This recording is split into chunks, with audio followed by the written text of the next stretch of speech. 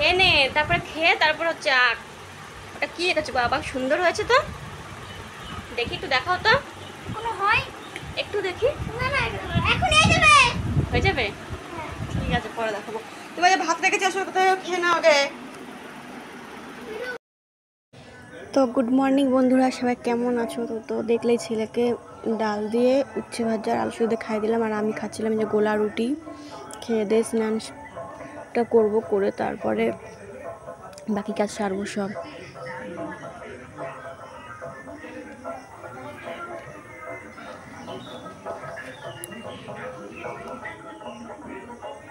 তো এই দেখো জবা ফুল তুলে নিয়েছি, আর স্নান টান আমি সেরে আর গাছের উপরে ছাদে একটা গাছ আছে, সেই গাছটাতে এখন যাবো জলটা দিতে।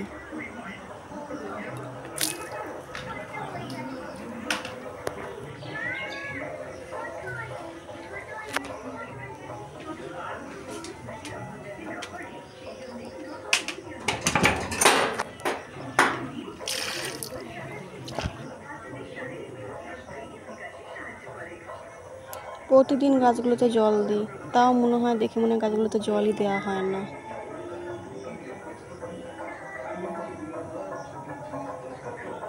তারপর দেখো একটু দুধ ছিল, সেই দুধটা না গরমে কেটে গেছিলো। তারপরে তাই ছেলেকে একটু ওই সে গোপাল সোনাদের যে পুজো দিই সেই ইগুলো নকুলদানাগুলো রেখে দিই, সে দুটো নকুলদানা দিয়ে একটু মিশ্রি ছিল দিয়ে ওকে বললাম যে বাবা একটু খেয়ে নে স্নান করে। তারপরে তো দেখো কি রান্না করেছি।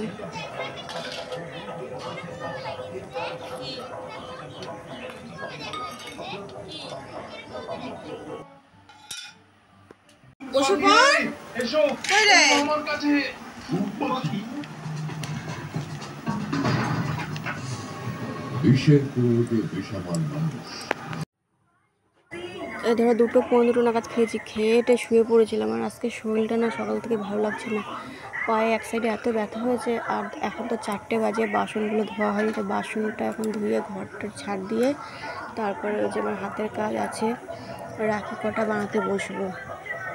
সেই শুয়েছি আর মনে যেন উঠতেই পারছি না, জানো না, মানে এমন লাগছে শরীরের মধ্যে, খুব খারাপ লাগছিল শরীরটা।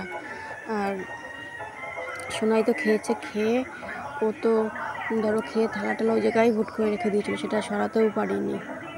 আর থালা তখন তো ওভাবে পড়ে রয়েছে, তা উঠে এই যে ঘরের ভিতরে মুছে তারপরে তো থালা টালা ধুয়ে টুয়ে যখন ঘর ধুয়ে ঝাড় দিয়ে ভাবছি দুটো বসবো রাখি বাঁধতে। আজকে একটা মালও ছুঁয়ে দেখিনি এখনো অবধি, জানো না।